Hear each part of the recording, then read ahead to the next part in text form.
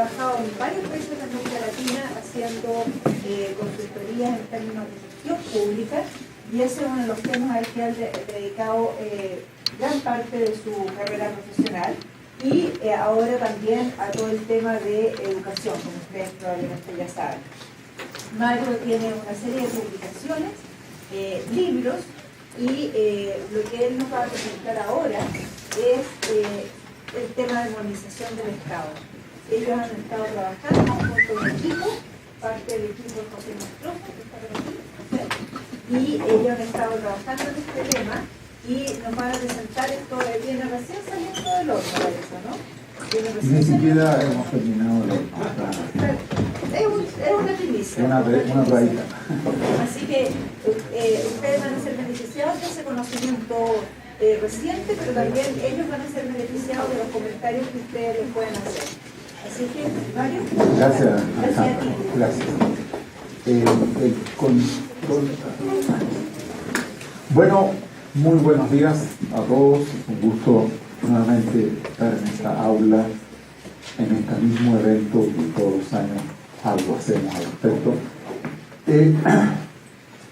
Les quiero comenzar esto con una visión retrospectiva. Cuando estábamos preparando esto el fin de semana, yo me acordé que en esta misma sala, en el año 2005, José y yo hicimos una presentación del primer trabajo que hicimos aquí en el departamento cuando llegamos, que es un documento que se llamaba La Reforma del Estado 1990-2005, y que hacíamos un balance de la reforma del Estado desde en ese periodo, todo lo que había ocurrido en la democracia, digamos, en ese momento. Y entonces, flashback de memoria, entonces me puse a revisarlo, ¿no? Y me encontré con que al final terminábamos con una lámina como del análisis de los riesgos de lo que se podía venir adelante. Y voy a comenzar por la lámina del 2005 porque fue lamentablemente el de monitoreo. Después a conversar todo lo había de avances y las cosas que no se habían logrado en la reforma del Estado, terminamos con esta está sacada tal cual del trabajo del 2005 y plantea una serie de riesgos y que están puestos en cascada. No se preocupen de tantas flechas, pero créanme que cada una de las flechas dice que hay una relación de causa-efecto en una dirección o en ambas direcciones, ¿no? Decíamos, primero el problema laboral.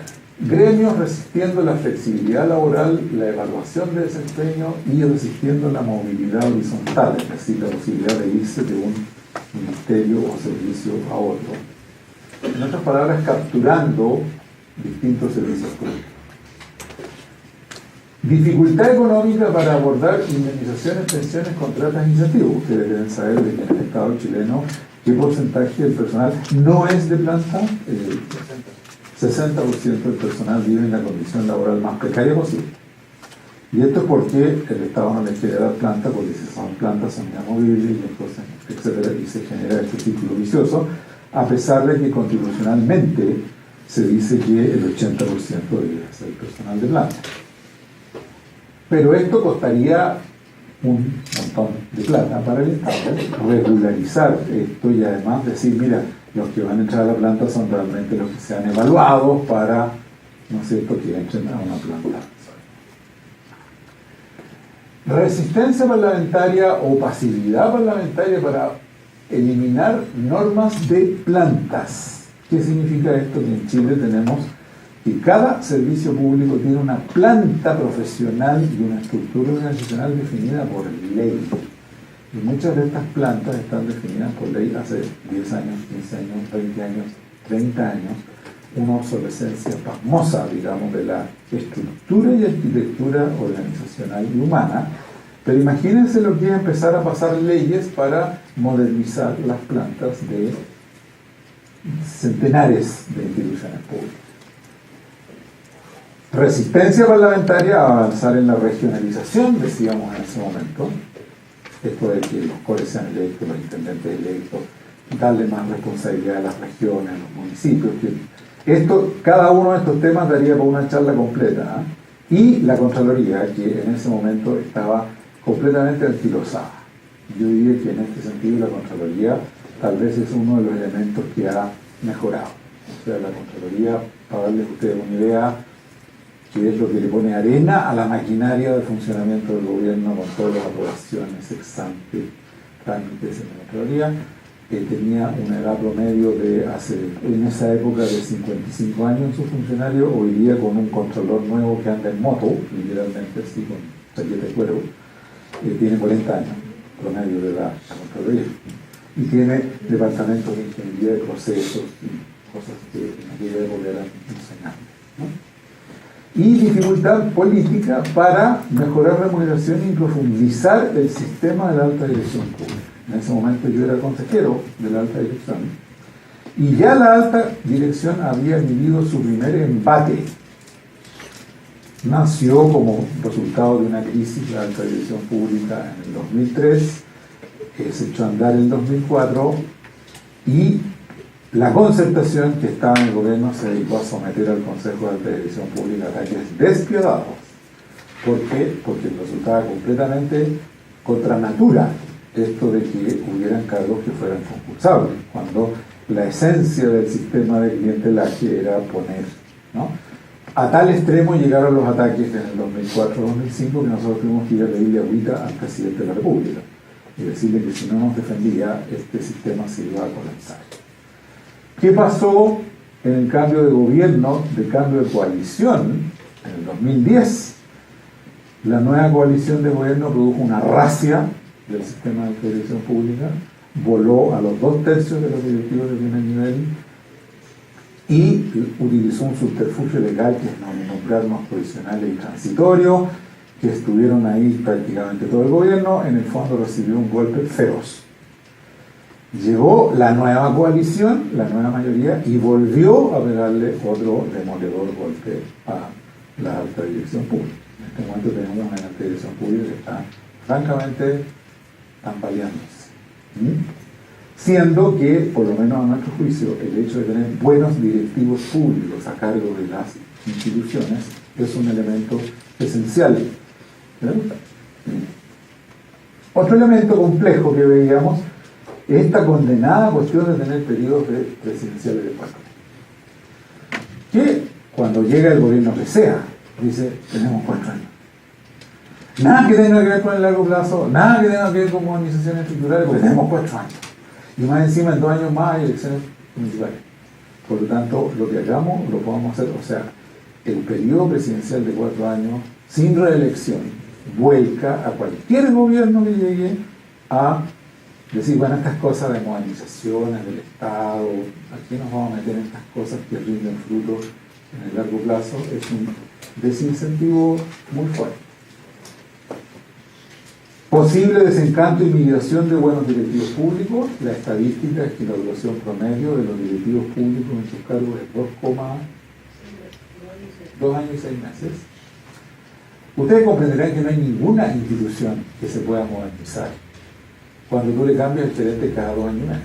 O sea, ninguna, ni privada ni pública, es decir, es una cosa que llega uno y vuelve y empezar de nuevo, demostrar que todo lo que hizo el anterior no servía para nada, para uno quedar bien, etcétera, etcétera. Y hemos tenido ese fenómeno. ¿Y qué es lo que produce todo esto? Retardo en la reestructuración institucional.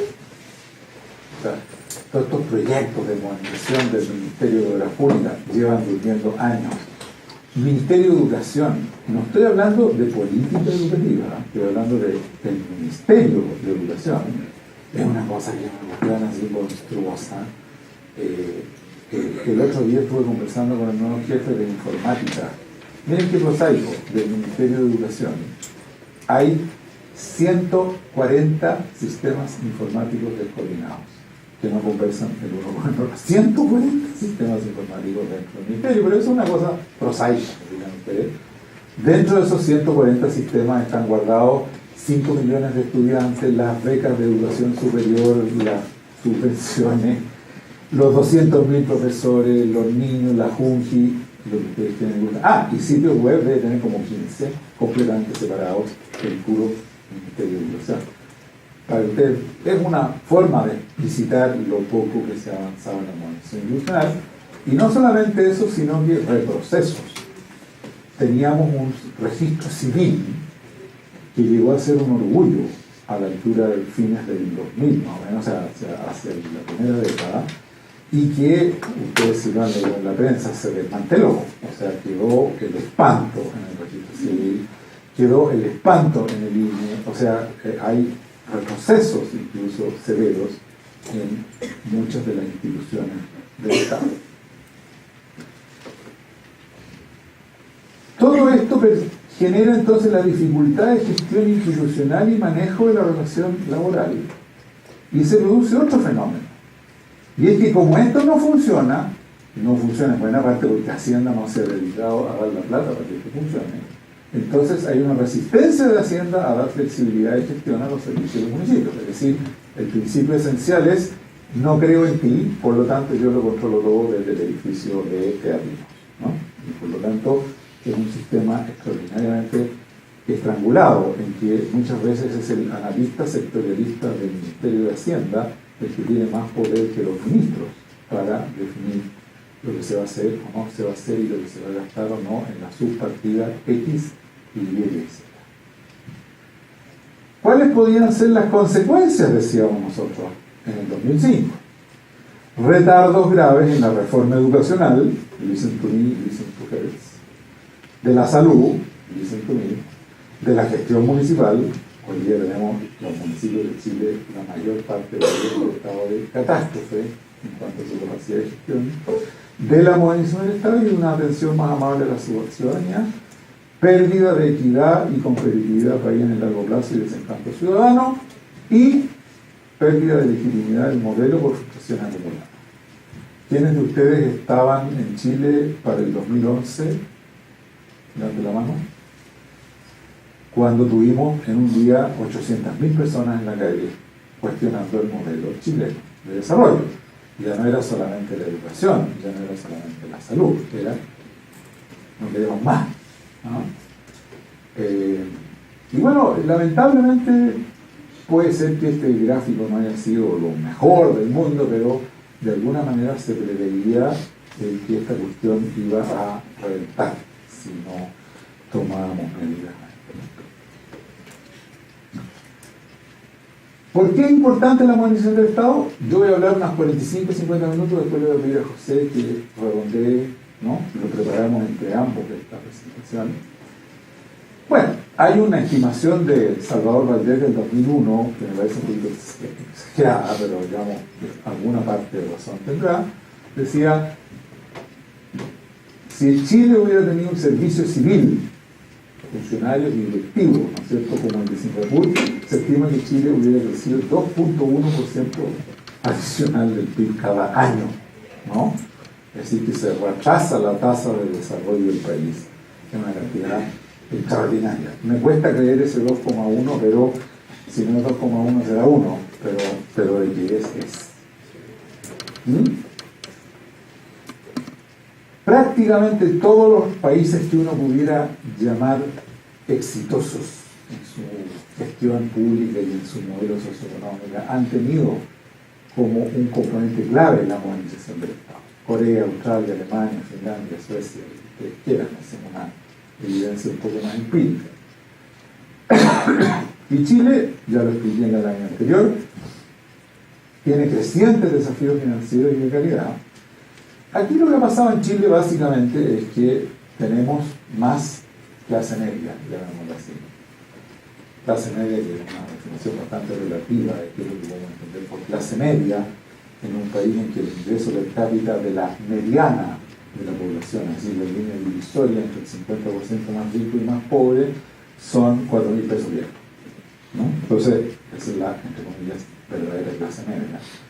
Pero tenemos 1.300.000 estudiantes en educación superior, a los cuales ya no les vienen con cuentos y no están dispuestos a que pase lo que ha pasado. La ciudadanía se siente mucho más empoderada para reclamar por la salud, para reclamar por la AFP, para reclamar por, ¿no?, porque le pusieron una planta de procesamiento de basura a 6 cuadras de la casa. Es decir, es una ciudadanía que está exigiéndole y presionando al Estado de maneras que hace 10 años atrás hubieran sido inconcebibles. Entonces la pregunta es cómo se apela el Estado para resolver todo esto. Y no es solo un problema de plata, no es solo un tema de que hagamos una reforma tributaria y que subamos 2 puntos, 3 puntos del Producto Nacional Bruto en recaudación de impuestos, sino que cómo se gasta esta plata adecuadamente. La gente dice, no, es que hay que dar gratuidad a la educación superior. Hay gente que lo discute, hay gente que dice que no tiene que ser gratuita para los más ricos. Es un gran tema de discusión, pero no voy a hablar ni siquiera de la política pública. Gratuidad para la educación superior. En Chile, como producto del libertinaje de mercado, hay 17.000 carreras universitarias en distintas sedes. 17.000, señores. Entendiendo por carrera la carrera de Ingeniería Comercial de la Universidad Bolivariana en Temuco, y la de Santiago, y la de Puerto Montt, y la de no sé qué, que son en realidad carreras con profesores distintos, infraestructuras distintas. Si separamos por sedes, son 17.000, de las cuales 12.000 no están acreditados. 12.000. ¿Le damos a dar gratuidad a carreras no acreditadas? No, ¿cierto? ¿Cómo monta uno un aparato de gestión para ir y revisar lo que está pasando en 12.000 carreras? Pequeño detalle de la gestión del Estado, ¿no es cierto? Queremos desmunicipalizar 345 comunas. ¿Cómo lo hace uno? O sea, lo que quiero decir es que los problemas de implementabilidad de las reformas de política pública son monumentales. Esto fue bastante premonitorio porque fue escrito antes de la catástrofe del Plan Santiago. Era una política pública razonable, pero que sus problemas de implementabilidad fueron verdaderamente monstruosos. Flash al futuro, o sea, pasémonos del 2005 al 2014. Y la pregunta es, bueno, y tanta discusión de que si se avanzó o no se avanzó en la reforma del Estado en el último periodo del gobierno, 2010-2014. Primero algunos datos agregados, que es interesante. Esta es una encuesta del Government Balance OSD 2013, que compara la confianza en el gobierno nacional de la ciudadanía, una encuesta de opinión, ¿no? Su cambio en 2007-2012 y la confianza de la ciudadanía en el gobierno de Chile cayó 10 puntos porcentuales, ¿no? Cayó de 45 a 35, por decirlo así, ¿no? Es decir, hubo en el neto una caída. Ahora, acordemos una cosa, porque esto se ve el 2012, después que el 2011 habíamos tenido la turbulencia más feroz que habíamos tenido en Chile en las últimas décadas, ¿no? de protestas ciudadanas. Y teníamos un gobierno que no era particularmente simpático para la ciudadanía. Otro dato que es relevante, especialmente a la luz de la reforma tributaria, ¿no? Estas amenazas apocalípticas de que si aumenta la carga tributaria del país, probablemente va a entrar en crisis y va a desaparecer y colapsar. Tengamos claro que el Estado chileno sigue siendo un Estado que por carga tributaria o por el empleo que tiene el gobierno como porcentaje de la fuerza laboral es de los más chiquitos de la OCDE, ¿no? O sea, sigue siendo un Estado de gasto pequeño y de empleo pequeño. Todo el chisme es que este es un Estado hipertrofiado, masivo, lleno de funcionarios. No es verdad, no es así. La cosa no ha tenido grandes variaciones del 2001 al 2011. Después, la Encuesta Nacional de Derechos Ciudadanos del 2003, y en que lo que se hace es que la ciudadanía evalúa, 2011 y 2013 tenemos aquí, servicios específicos, ¿ya? Y ustedes van a ver que es una evaluación bastante mixta. Hay servicios que son bien evaluados, tesorería, impuesto interno, el Instituto de Previsión Social, FONASA, fíjense ustedes, que por todo lo que nos quejamos no es un servicio mal evaluado, el CERNAC, ¿no? Corporaciones, y de ahí empieza a bajar. El golpe grave, ¿no es cierto?, del prestigio lo sufrió el civil, que es el la madre de todas las catástrofes, digamos, de gestión, tiene una catástrofe casi incomprensible. O sea, ¿cuál es la pega del registro civil? El registro civil es la base de datos más grande de Chile. Eso es lo que es el registro civil. Tiene 16 millones de ciudadanos y no sé cuántos millones de patentes y no sé cuántos permisos de circulación. Es una base de datos gigante. El servicio civil es una base de datos y funcionarios que reciben gente para interactuar con esa base de datos. Eso es lo que es el registro civil, operacionalmente hablando. Lo único que tiene que saber hacer bien el director del registro civil es saber hacer bien las licitaciones informáticas. Perdón por lo prosaico, pero eso es. Bueno, ha sido en licitaciones informáticas y en los subcontratos informáticos una catástrofe detrás de la otra. Hasta que terminó con los escándalos que hemos tenido, los noticiarios reportando, las huelgas, los sistemas caídos. Esto, en algunas épocas, el registro civil llegó a ser un lujo mundial, con reconocimientos mundiales a la calidad del registro civil de Chile. Y bueno, pero en el promedio, puntos más, puntos menos, pero no hay cambios muy dramáticos, digamos, y esto es más o menos la misma realidad. Hospitales públicos, vean ustedes la situación, 28% de aprobación, y la verdad es que los hospitales públicos en Chile son una cosa de terror. ¿Alguno de ustedes ha estado en un hospital público de Chile? ¿Qué tal? ¿Qué tal? Uno va al Hospital Sotero del Río, que es uno de los hospitales más grandes de América Latina, entra a la urgencia y están los acuchillados en los pasillos de la urgencia. En los pasillos de la urgencia con la policía tomándole declaración en el pasillo a él, de los víctimas y a los pacientes. Una cosa. Y según me explicó el director del hospital, un personaje bien especial, descubrieron que vean ustedes que las anécdotas a veces ayudan, que arriba de todo el pabellón de quirófanos, así donde se opera, había una guarida de murciélagos. Entonces, el director, que es lo que hizo, mandó a, no sé, fumigar y a erradicar la guarida de murciélagos y recibió un sumario del SAC por estar atentando contra una especie protegida.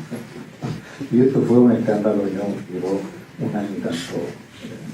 Los murciélagos del Sotero del Río. Parece ser que esa variedad de murciélago era una especie protegida.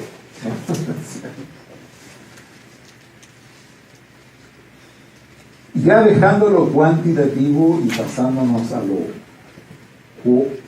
cualitativo o significativo, esto está extraído directamente del informe final que hizo Claudio Silva, en la Secretaría de la Presidencia Aristía, perdón, de los avances que había habido en el 2010-2014 en modernizaciones del Estado, y digamos, no está todo, pero hemos seleccionado lo más relevante.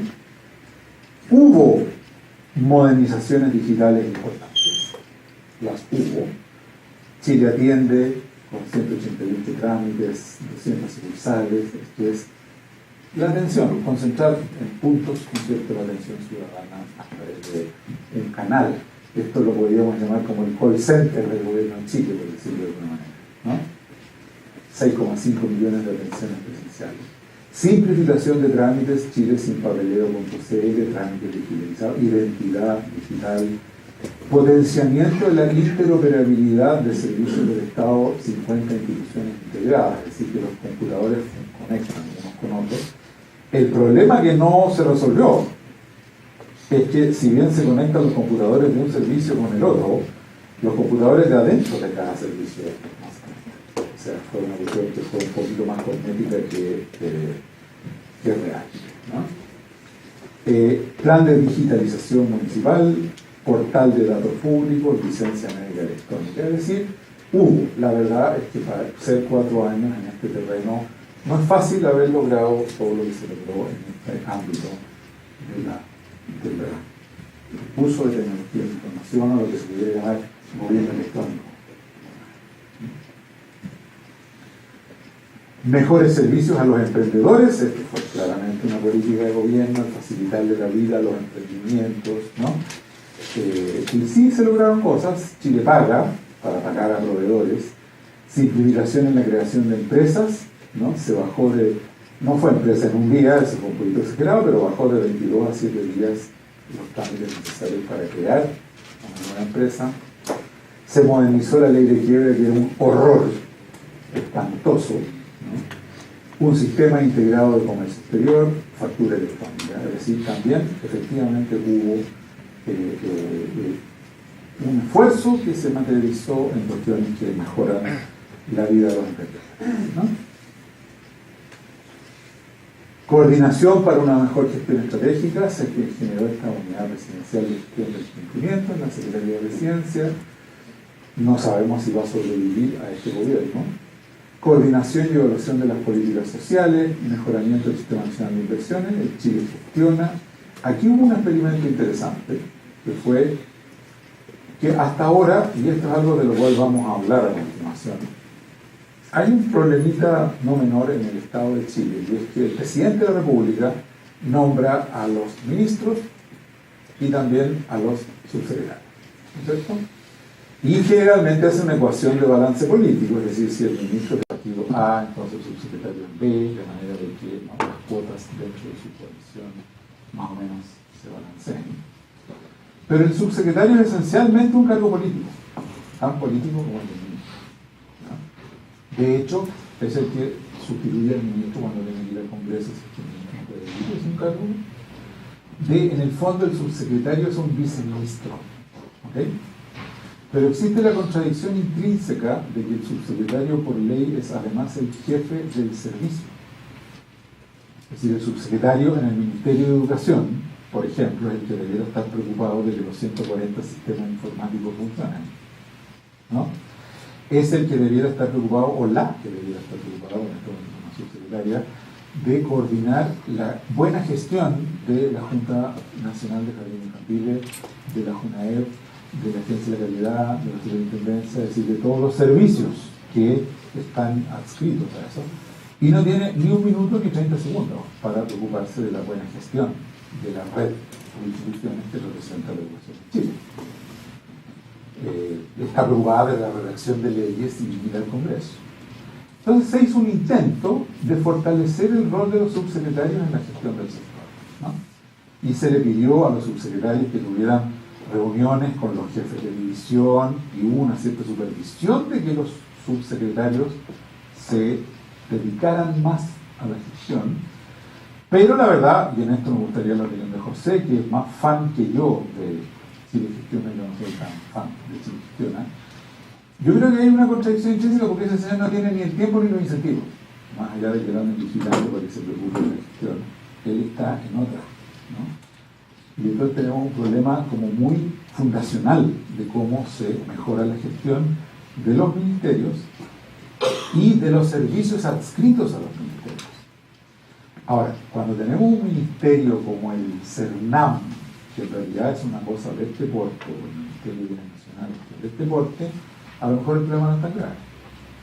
Pero cuando tenemos un ministerio como el MOP, el Ministerio de la Pública, que maneja 3.000 y tantos millones de dólares de inversión pública por año, más toda la inversión de las concesiones, más N servicios, aeropuertos, puertos, carreteras. Cuando tenemos un Ministerio de Educación que tiene todas las pegas que ya he dicho, un Ministerio de Salud que tiene que coordinar a... ¿cuántos servicios de salud son? 29 servicios de salud, y una red asistencial con 600 consultores primarios, y además ir a vigilar con inspectores si acaso en la fuente de soda de la esquina los lomitos no tienen Escherichia coli, ¿no? Entonces ya los problemas de cómo se gestionan estos aparatos públicos ya se convierten en algo mayor, ¿no? Y un avance, no sé cuántos de ustedes conozcan los PMG, que son los indicadores de gestión, diseñados hace ya cerca de 10 años, y que eran una verdadera tortura para los servicios públicos, una tortura burocrática, se reformularon y simplificaron. La que fue la directora de la DIPRES en el periodo 2010-2014 era mi colega en el Consejo de Televisión Pública, Rosana Costa, el día que asumió en la vitrina me dijo así personalmente en un pasillo: Mario, te juro que lo voy a desaparecer. Eso fue su frase. 4 años y no lo logró, pero por lo menos logró atenuar un poco esta fórmula horrorosa de control burocrático. Aquí quiero decir un concepto que yo me interesaría que ustedes se lo anoten y que después les pregunten así en el ensayo. Tiene que ser un ensayo, ustedes me pregunten cómo quieren, que es el concepto de burocracia de comando y control. El concepto esencial del Estado de Chile es una burocracia de comando y control. Es decir, personas que están instaladas en Teatinos, ¿no?, en el Ministerio de Hacienda, más en la Secretaría General de la Presidencia, que tienen toda esta plétora de servicios, gobiernos regionales, ministerios, y que entonces la manera de gestionarlos es primero partir de la desconfianza. Es decir, yo en ti no creo. Ese es como el principio esencial. Yo soy el principal, tú eres el agente, y yo en ti no creo. Entonces, ¿cómo te controlo? Te pongo chorrocientos indicadores de desempeño y te monitoreo y te doy zanahorias y garrotes si es que acaso cumples o no cumples con estos indicadores. Ese es como el concepto medular esencial de la gestión del Estado. Para darles una idea, en un proyecto FONDEF que estamos haciendo ahora de consultorios primarios, estábamos conversando con unos directores de consultorios primarios municipales de salud, y uno de ellos comentó así como a la pasada: bueno, yo todos los meses tengo que entregarle 7.000 datos al ministerio. O sea, tengo que invertir más tiempo en generar los datos que después vaya uno a saber lo que pasa con esos datos, porque ni siquiera él después los tiene disponibles. Pero la cosa es un monstruo devorador de datos para controlarte, ¿no?, y darte incentivos en base a esos datos, ¿no?, o castigos en base a esos datos, que no es, y esto daría para una larga conversación, la mejor manera de crear ni directivos públicos ni funcionarios intrínsecamente motivados para hacer bien las cosas. Lo que estoy ejerciendo es, ¿no?, responder a látigos, zanahorias y garrotes. Y eso destruye, a mi juicio, la motivación intrínseca del servicio público, ¿no? Y esto ha sido llevado en Chile a niveles verdaderamente extremos, de los cuales los PMG son un 3% de la parafernalia de indicadores, garrotes y zanahorias que ejerce el Estado sobre Chile. Y, mira, me fui rápido. Análisis y recomendaciones. No voy a entrar a recomendaciones sectoriales, porque sería imposible. ¿Qué es lo que habría que hacer en el Ministerio de las Públicas, o lo que habría que hacer en educación, o lo que habría que hacer en salud? O sea, eso da para 200 tesis. Lo que vamos a hablar aquí con José, que es lo que podríamos llamar las reformas de carácter transversal de la modernización del Estado. Es decir, cosas que cubran a todo el aparato de gobierno, ¿no? Y antes de entrar a las recomendaciones, que son 11, alguna reflexión breve de por qué no ocurren las cosas, o por lo menos por qué no ocurren a la velocidad que nos gustaría. Y ojo, tampoco hay que ser tan autoflagelantes. Bajo todos los indicadores internacionales de gobernanza, gobernabilidad, anticorrupción y todo lo que ustedes quieran, el Estado chileno es muy destacable por lo positivo. Eficiencia, es decir, si ustedes toman todos los rankings de eficiencia, eficacia, calidad, gobernabilidad del Estado de Chile, este Estado pequeñito tiene indicadores de eficiencia, esto lo mostramos en el 2005, que son superiores a los de muchos países europeos. Entonces, tampoco es que hay que autoflagelarse, sino que la pregunta es ¿por qué no avanzamos más, dada la presión ciudadana por mejores servicios públicos? Porque la posición es cara, porque es riesgosa políticamente. A veces se tocan derechos, zonas de confort administrativo, político, funcional, empresarial, ¿no? Conozco un caso, no voy a dar el nombre de la institución, ahora, hace poco, en que el nuevo director del servicio, bueno, primero que nada llegó, corrieron al anterior por teléfono, o sea, el llegó no tuvo ni siquiera una ocasión de conversar con el anterior porque fue despedido por teléfono a la televisión pública. Y este señor a los pocos días decidió contratar a una persona que había estado trabajando en el periodo anterior, en el gobierno anterior, bien, haciendo su pega bien, y lo conozco y lo sé de cerca, en temas de modernización de la logística de esa institución. Y el contrato con este nuevo señor le duró 24 horas. 24 horas, true story. Porque llegó el gremio y le dijo: aquí está la lista de 10 personas que usted tiene que despedir. Y entre ellos estaba este personaje. ¿Y por qué? Su afinidad política era con este gobierno, no con el anterior. Ni siquiera había un problema de afinidad política. Es porque él ha estado trabajando en la modernización de esta institución. Y para afuera. Era una amenaza al gremio. Porque no hay suficiente capacidad de gestión de estos megaproyectos, porque son todos y cada uno de ellos megaproyectos. Aquí está el sueño que hemos tenido con José, desde que los ingenieros industriales se reinvierten en el aparato del Estado, pero así como virus, ¿no? Porque hay que mejorar la capacidad de gestión dentro del aparato del Estado. Muchas veces porque no hay espacio en una apretada agenda legislativa que en 4 años tiene que, ¿no?, procesar y procesar todas las cosas, llamadas ocupados de pelearse o muchas cositas. La natural complejidad del proceso legislativo, que en realidad no es un proceso tan técnico como uno quisiera creer, sino que más bien el resultado de una fricción entre coaliciones ideológicas.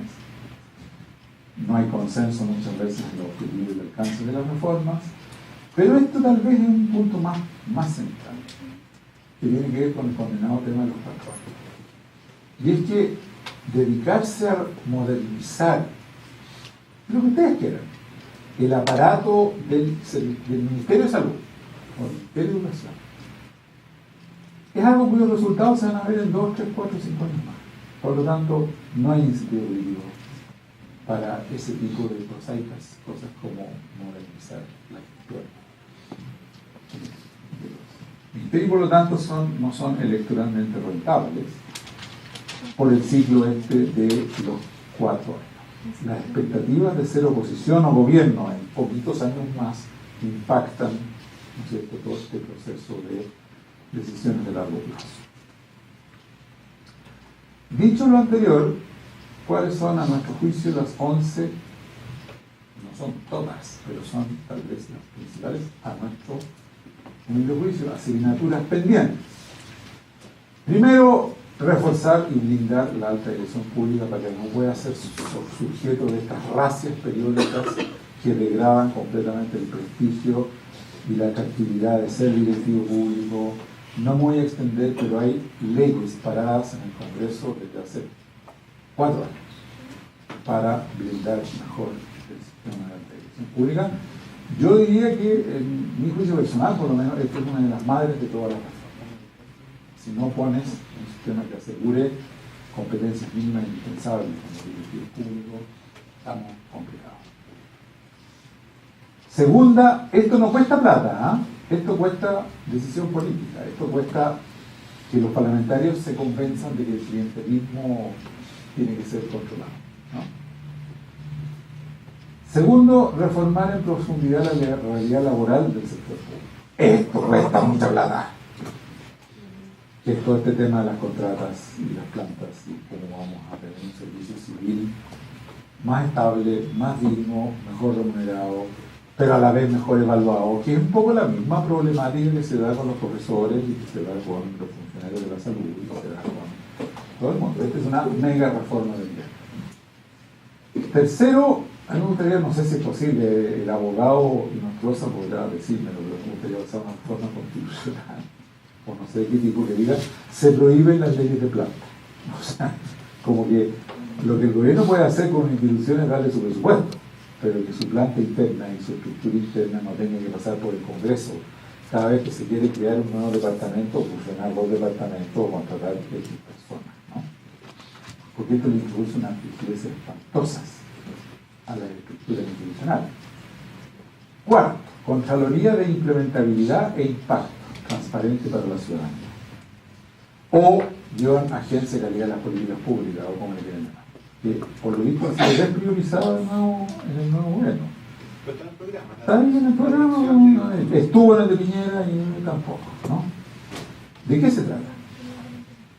Señores, ustedes van a aprobar una ley de acreditación de universidades y carreras. Por ejemplo, estoy usándola como un ejemplo porque me cae cercano. Necesita el Congreso un informe de implementabilidad. ¿Qué significa? No voy a discutir como agencia de calidad de las políticas públicas si acreditar carrera es bueno o malo, pero yo le voy a entregar a usted un informe diciendo en qué consiste implementar. En cuánto tiempo, con qué recursos humanos, con qué recursos financieros, con qué organización se podría implementar esta ley que usted está tramitando en el Congreso. Porque para los parlamentarios el chiste es salir saludándose porque se aprobó una ley. Si después la ley se implementó bien, si le dije no me acuerdo, ¿no? Entonces es un tema demasiado central y por supuesto de impacto. Bueno, ¿y qué pasó con la ley que aprobamos de violencia intrafamiliar? ¿Sirvió para algo o no sirvió para algo? O la ley de, ¿no?, lo que ustedes quieran. Esto, por cierto, en los países avanzados existe, ¿verdad? Y no existe en los países latinoamericanos. Y esto, para mi gusto también, es una cuestión que es muy distinto a andar contraloreando a una institución pública para ver si no se robaron la plata o si siguieron los estatutos administrativos, a decir, oye, te pasamos $600 millones en alimentación infantil, ¿cómo se gastó esa plata? ¿No? Si se gastó adecuadamente, ¿no? Sí, hoy día en Chile el Ministerio de Hacienda hace unas evaluaciones, pero hace evaluaciones del Ejecutivo para el Ejecutivo. No es lo mismo que un ente independiente que diga, oye, hemos evaluado cómo se gastó la plata de la alimentación infantil o de no sé qué cosa, o de los jardines infantiles, y nuestra evaluación es que esta cuestión funcionó bien.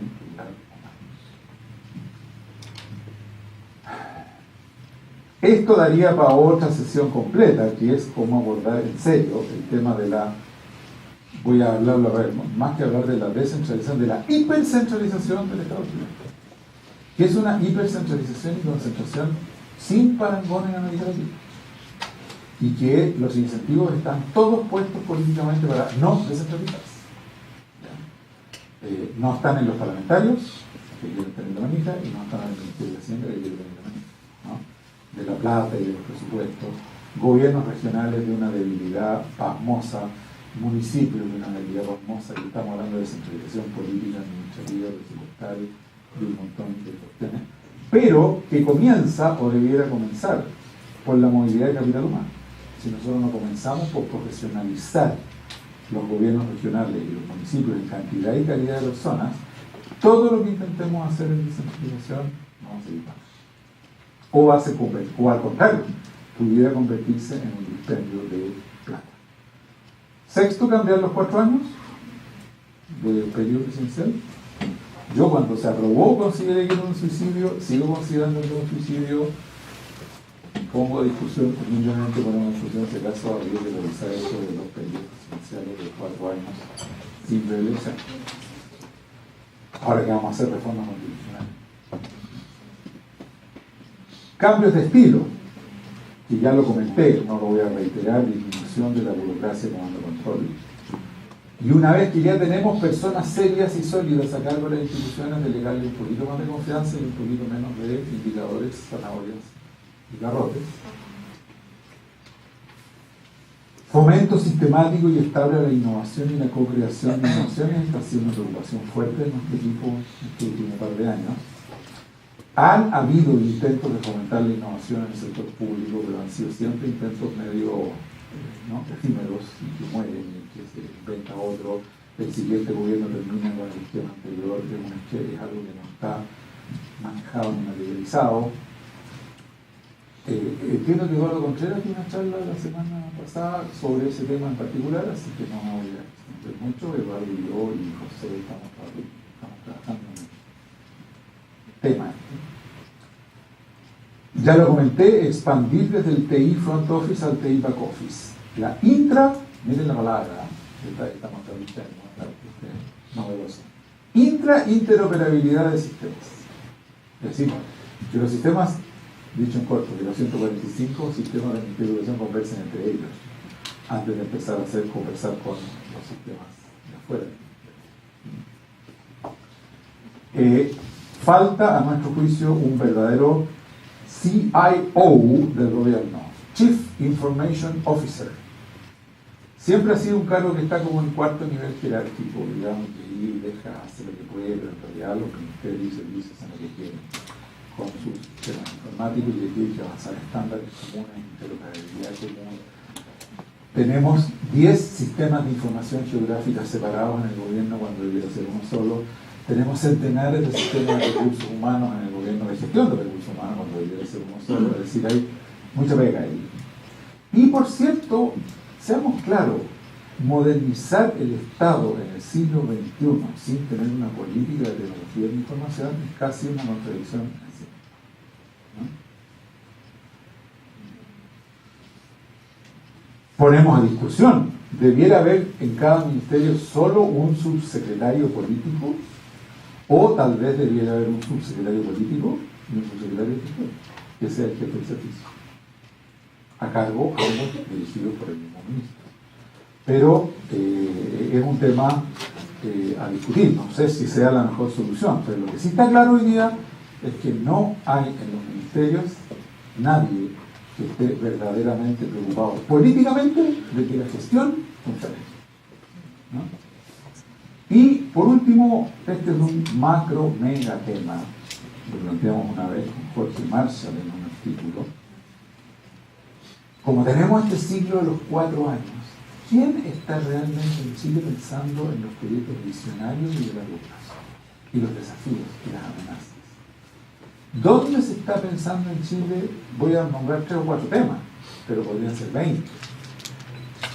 ¿Cómo vamos a abordar como país en las próximas 2 décadas la creciente desertificación de Chile y la creciente falta de agua? O sea, no hay un white paper, no hay una política de Estado de largo plazo para abordar ese problema que se nos viene encima así como una locomotora. ¿Cómo vamos a abordar en 20 años, no en 4, el abastecimiento de energía de Chile? ¿Cómo vamos a abordar en 20 años, no en 4, ¿no? Los problemas de agua?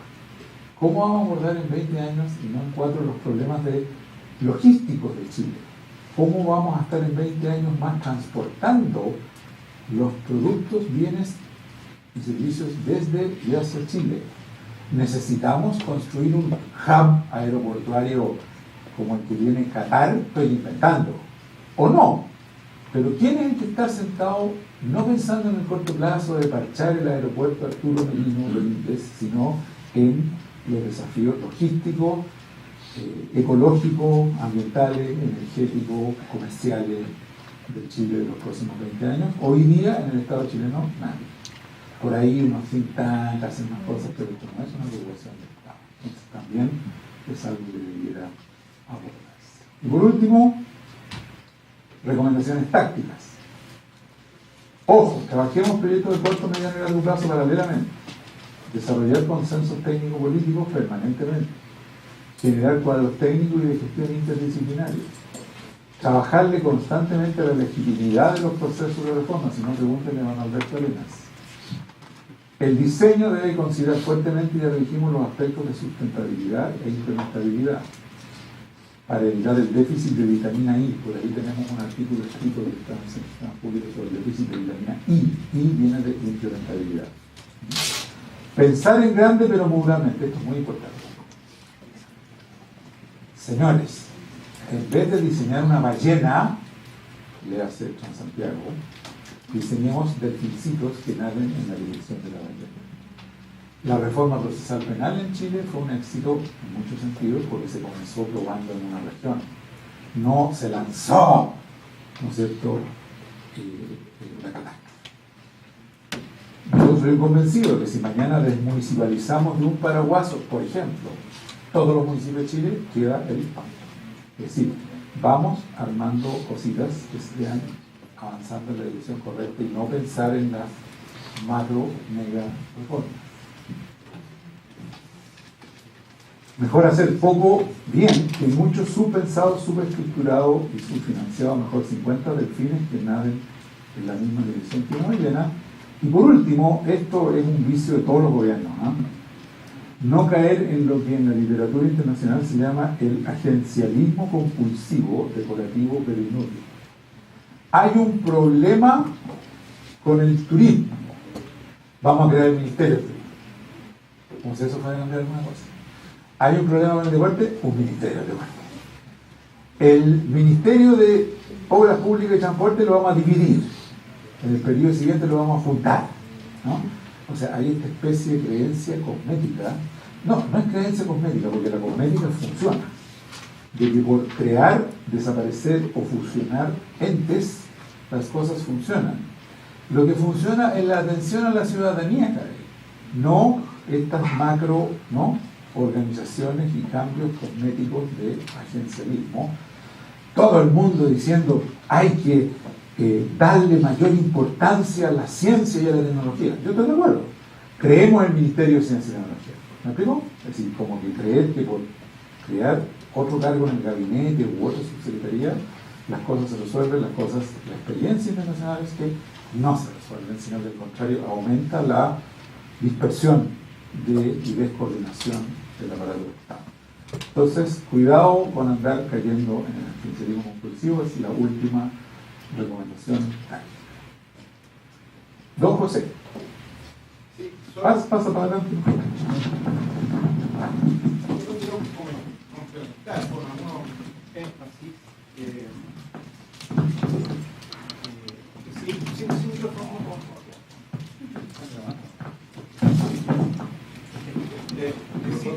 Decir que falta mucho, a mi juicio, muchos estudios más específicos sobre esta materia. La verdad es que no hay muchos especialistas en este mundo. Esencialmente ha sido Mario, un grupo de personas más en el país, pero el objeto de estudio es enorme. El impacto de diseñar mal las políticas, especialmente desde el punto de vista de la implementabilidad, es tan enorme que a mi juicio me parece extraño que el país subinvierta recursos en estudio y en especialistas en esta materia.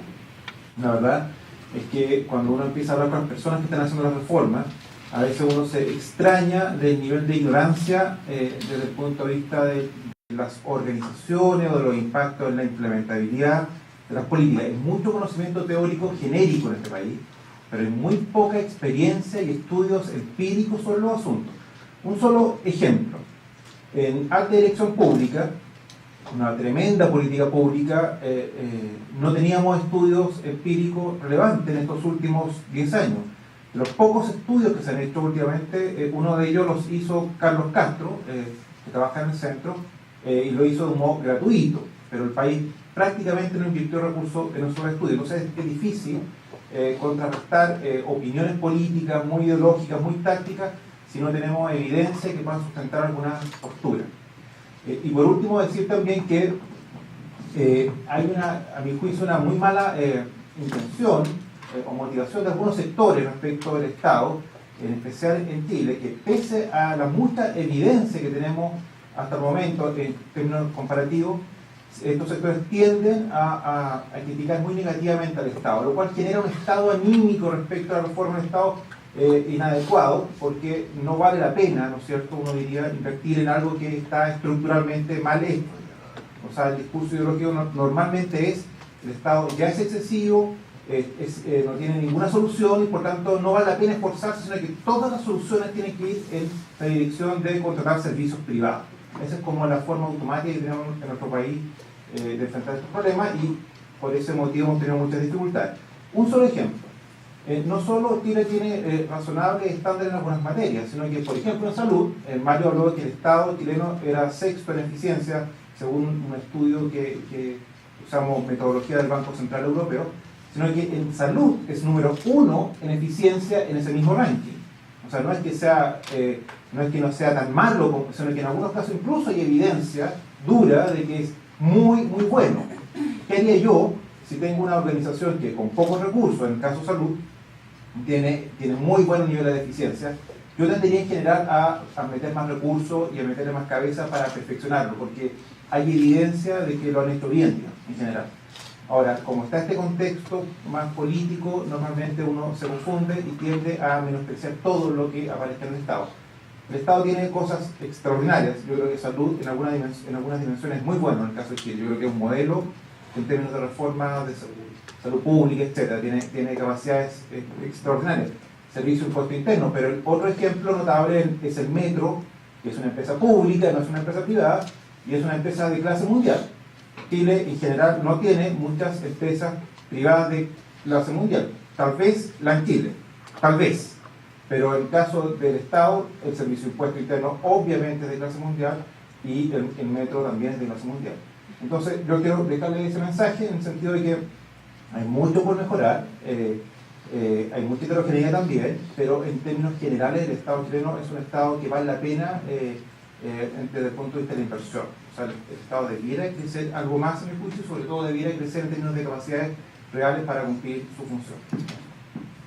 Si me permite, voy a complementar lo que dice José, que yo comparto 110%. Esta especie de ideología como asentada ya a través de 30 años de comunicación incansable, digamos, esto no apareció de la nada, de que el Estado no funciona y que mejor lo privado, ¿no?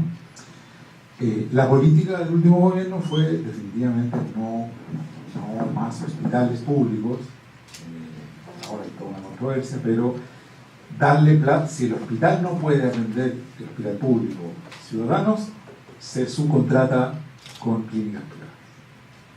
Bueno, el costo del día cama en una clínica privada para el hospital que lo tiene que pagar es 3 veces mayor que lo que le cuesta el día cama de su propio hospital.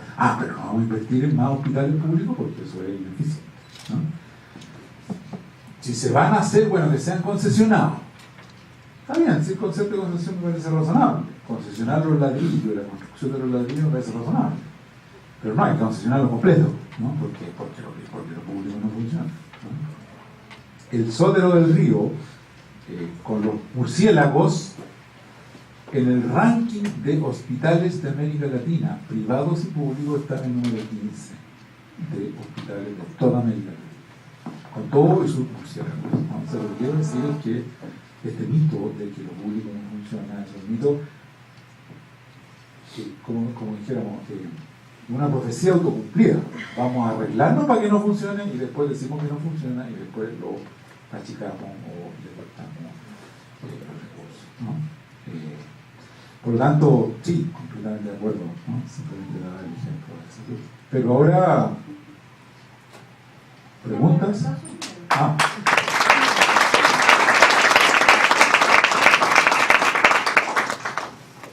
Entonces, ¿tenemos tiempo para preguntas y comentarios? Mi pregunta va por el lado de... Pero tú que estás estudiando eres...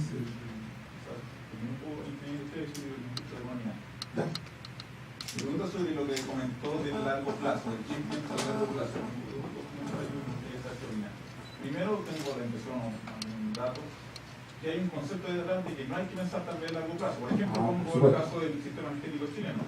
Hay que dejar que el mercado opere. Exacto, no los derechos de agua. Sí. Y a su vez, tal vez pasa, también porque ustedes mencionan que tal vez hay que crear o ver centros que piensen a largo plazo, tal vez no estamos de acuerdo con que a largo plazo queremos los distintos sectores y hay que dejar que los sectores políticos presenten propuestas a largo plazo, sean partidos políticos o centros de pensamiento, y lo dejen a la ciudadanía que bueno, porque mi impresión es que no estamos de acuerdo en el largo plazo que tenemos, entonces hay que presentarlo y dejar por ahí que la democracia actúe. Bueno, es una muy buena observación la tuya. Primero, efectivamente, en esta sesgo ideológico que hemos tenido, no por los últimos 4, sino de 30 años, hay que dejar que el mercado ordene las cosas, hay que andar pensando en largo plazo como cochino, ¿no? Bueno, Irlanda es un país capitalista, ¿no? Y tiene planes de desarrollo 20 años, en que está prevista hasta la conectividad que tiene que tener cada ciudad física e informática, ¿no? O sea, esto de que o sea, hay países capitalistas donde la planificación de largo plazo sí funciona. estuvo hace algunos años atrás acá el presidente de lo que podría llamarse el Centro de Estudios Públicos de Nueva Zelanda, es un think tank empresarial. Y él dijo una frase que me llamó mucho la atención. Dijo, mira, nosotros somos un país chico que está en el último confín del universo. Un país como Estados Unidos a lo mejor no necesita planificar su largo plazo porque son 300 millones de cambios, ¿no? Nosotros no podemos darnos el lujo de no planificar. Yo no estoy diciendo que vayamos a tener consensos sobre el agua o sobre la energía o sobre esto. Lo único que pido que tengamos consenso es sobre la necesidad de empezar a discutir esos consensos, ¿no? De empezar a plantear escenarios de futuro de distintas índole, por lo menos para que estas decisiones se tomen más informadamente y no con esa ramplonería de que el mercado lo resuelve todo. Con la ramplonería de que el mercado lo resuelve todo, hoy día tenemos un costo de electricidad que es de los más altos del mundo, ¿no? Ramplonamente, ¿no? Mira, te voy a dar un ejemplo en electricidad, porque me ha tocado conocer el tema de la energía. El mercado lo resuelve. Líneas de transmisión. Por ejemplo, se decide que se necesita una nueva, reforzar la línea de transmisión entre Copiapó y Tal, estoy inventando, ¿no? Cualquier cosa. Entonces se licita, ¿no? Línea de transmisión de no sé cuántos megawatts, ¿no? De Copiapó. Entonces las empresas se presentan a la licitación, porque es un mercado, ¿no es cierto? Entonces cuando se la gana, la empresa tiene que empezar a ver si expropia, o sea, ella a negociar las expropiaciones de terrenos de la trayectoria que ellos decidieron. Con lo cual tú comprenderás que la construcción, primero que nada, el precio de los terrenos sube al tiro a las 10 veces, y además el proyecto que se iba a demorar 2 años se demora 8, ¿no? Pero hay que dejar que el mercado funcione. Te digo que hay una especie de distorsión ya al nivel del absurdo. Yo creo que no es antimercado decir, mira, ¿sabes qué? Vamos a comenzar una línea con la bota y tal. Vamos a expropiar una franja de terreno y después vamos a licitar. Pero como siempre está lo otro, siempre es, dejemos que el mercado opere en educación. Yo la crema, pero siempre el mercado, ¿no? Es una especie de vicio ideológico adictivo.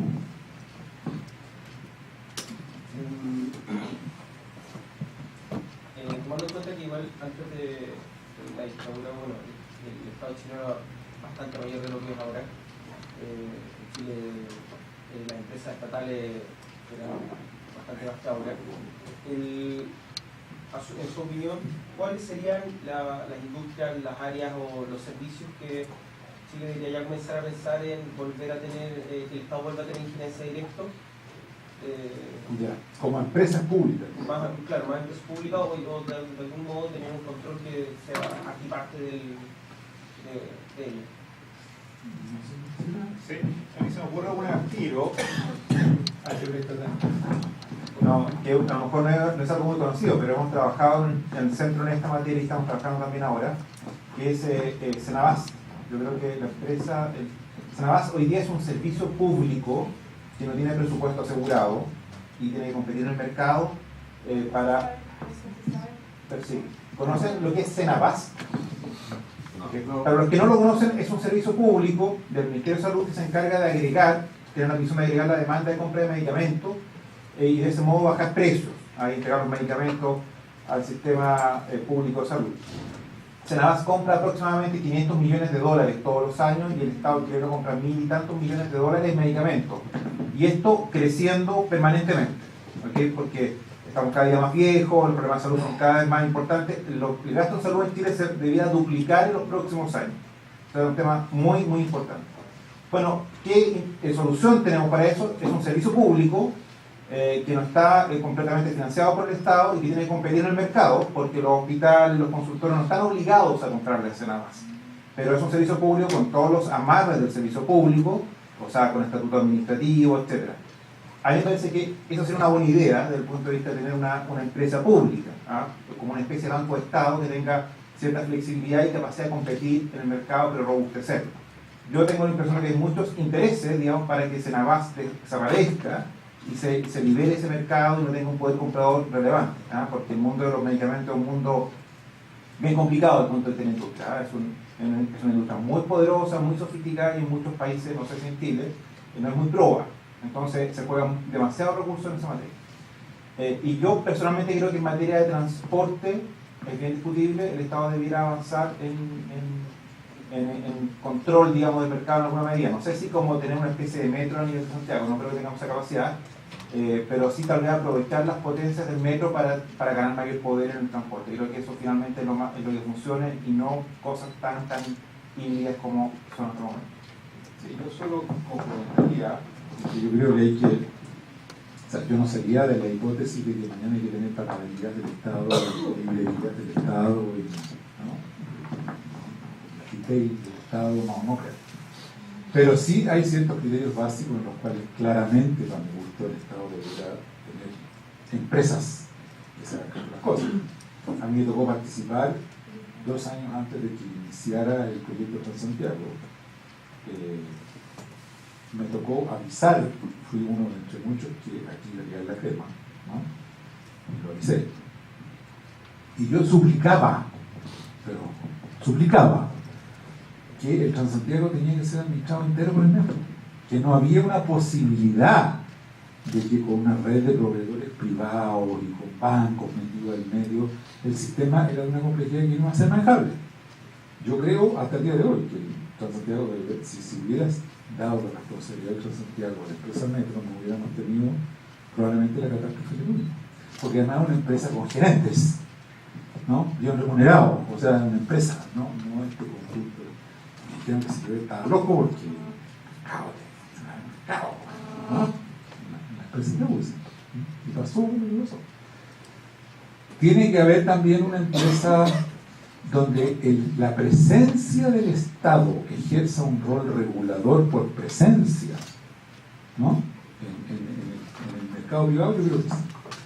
Yo estoy completamente de acuerdo en que tiene que haber una AFP estatal. No porque la AFP estatal vaya a hacerse cargo de la previsión de todos los chilenos, pero por Dios, yo estoy chato en lo personal de estar pagando el 25% de cada 100 pesos que pongo a una AFP. Concepto de comisiones y otras cosas.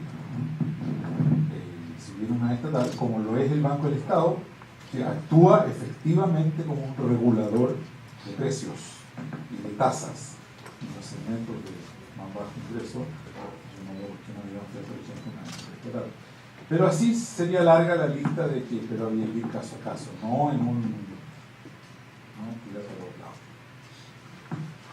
En todo caso, perdón, yo creo que la línea de trabajo futura no es tanto crear muchas empresas públicas. Yo creo que lo que hay que hacer es lo que tenemos, reforzarlo mucho en términos de calidad y impacto.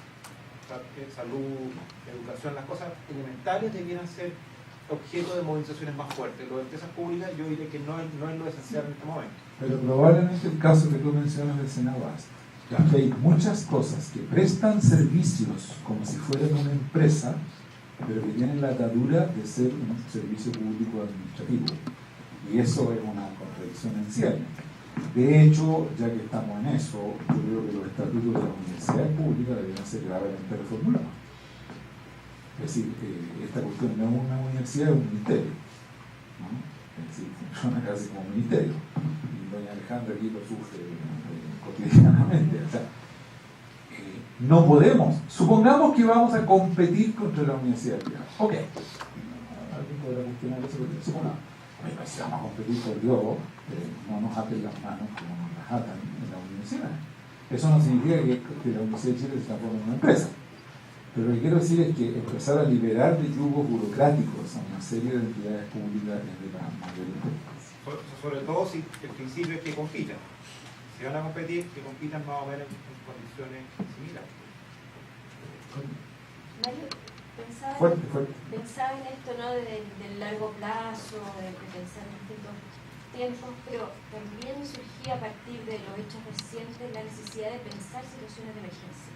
Bueno. Y ahí esto de Valparaíso, sí. Y por qué los bonos, por ejemplo, terminaron siendo entregados a empresas de retail y no operó una oficina de emergencia nacional, que es como ha operado históricamente cuando no había emergencia en el cómo se articula este Estado que se piensa en largo plazo, pero también tiene esta capacidad de reaccionar de manera coyuntural. ¿Cómo lo ven ustedes? Mira, qué buen punto, porque me tocaste una vena de indignación. Mira, los eventos de Iquique y de Valparaíso, por ejemplo, los eventos bolivianos cercanos, a mí me dejaron realmente indignado. Después del terremoto del 27 de febrero, ¿no? Uno hubiera pensado que ya era hora de que el país se pusiera los pantalones largos en materia de institucionalidad, recursos y políticas para las emergencias. Este es un país que tiene volcanes, incendios forestales, terremotos. Tenemos en promedio cada 3 años un terremoto que cuesta o algunas o muchas vidas, o con tsunami. O sea, somos la capital mundial del desastre natural. Nos tocó vivir en un país en que el desastre natural es como... O sea, queremos vivir en Chile, paguemos el precio del desastre natural. Hay algo en que Chile ha avanzado muchísimo, que es privado, que son los códigos de construcción de edificios. La cantidad de edificios que se han caído en Chile por terremotos en grado 8 es microscópica. O sea, en el mundo no pueden creer cómo han resistido los edificios chilenos por los códigos de construcción, y porque se construye con acero hasta para la taza del baño, ¿no? Pero lo que es la preparación para emergencia es una... Mira tú, el Observatorio Sismológico de la Universidad de Chile. Hace 4 años, y todavía no se instala, pero todavía no llegan los equipos a sismología de la Universidad de Chile, porque la Contraloría, la cuestión, todavía no tenemos una red de sismología, no tenemos todavía una red de mareógrafos para ver si el tsunami o no el tsunami. La CONAF es una institución paupérrima para combatir los incendios forestales de Chile. Tú sabes lo que pasó en Valparaíso, ya no estoy ni siquiera hablando de los bonos. Lo que pasó, según me he informado, como estar equivocado, es que en realidad, como los incendios en Chile, la ley dice que terminan el 30 de marzo. El 30 de marzo despiden a todos los pilotos de helicópteros y de aviones y toda la cuestión. No hay. Por eso se demoró la CONAF en llegar. Porque hubo que empezar a recontratar pilotos. Porque el incendio tuvo la mala costumbre de ser en abril, ¿no? No tenemos bodegas de emergencia robustas en las provincias con, no sé, por 10.000 frazadas y 2.000 tiendas de campaña y raciones de emergencia. No está. En todos los países sensatos hay unas payasadas que son unos kits de supervivencia que tienen agua potable y azúcar y no sé qué más, y vitaminas, ¿no? Y antibióticos. Aquí no. Lo paupérrimo del Estado. Esto sí tiene que ver con el hecho de que nuestra carga tributaria es 20% de todo, y no 25 o 30 o 25, ¿no? Porque al final, ¿de dónde? ¿No? Y van quedando postergados los NEMI, van quedando postergados van quedando postergados y los murciélagos en el, ¿no? Techo. Sí, perdón. Yo tengo otro punto de vista respecto de esto. El caso del Valparaíso me parece que no es una tragedia natural para nada. O sea, me parece que es pura negligencia país en todos lados, negligencia del gobierno regional, negligencia del municipio, etcétera. Eran cuestiones completamente previsibles, planificables, pero nuestra capacidad organizacional de GORES y de municipios es muy mala. Entonces no tienen dentro de sus propósitos serios planificar adecuadamente, no tienen equipos adecuados para eso, no hay financiamiento, etcétera. Tal vez incluso lo del financiamiento no es lo más importante. Nuestra experiencia en los gobiernos regionales de Chile es que les sobra la plata. Y lo que no hay en realidad son proyectos serios donde invertir esos recursos, más bien se malgasta en términos generales esos recursos. Entonces, una advertencia en términos de los gobiernos regionales, si fueran realmente bien pensados, bien gestionados, bien diseñados, probablemente nos generarían muchos ahorros económicos enormes, porque tú te ahorras, no sé, cuántos millones costaba desmalezar esa zona, etcétera, no era mucho, versus los costos gigantescos que tienes que pagar después. Esa es la historia de Chile, digamos. O sea, ahorramos un par de pesos y los pagamos 10 veces después de la emergencia. Eso es pura gestión, es pura institucionalidad, no tiene nada que ver con tragedias naturales en negligencia, no. Y por cierto, no necesitarías o no deberías necesitar un delegado presidencial cada quien en un café. Si la intendencia y el gobierno regional funcionara, realmente no sería necesario. Perdón, tengo por ahí a Manuel y después a ti. Manuel es uno de los responsables del caos educativo de este país, porque aparte de ser algo más grave, investigador del área de política educativa de los Américas. Fotos, toma. Da los tremendos desafíos que se plantean, pero considerando la eficiencia que tiene Chile, por ejemplo, en salud y en lo que se hace en el Estado, ¿cuánto espacio hay para ir modernizando, para mejorar en esta lógica de un Estado que subsidia, un Estado que tiene que ser mínimo?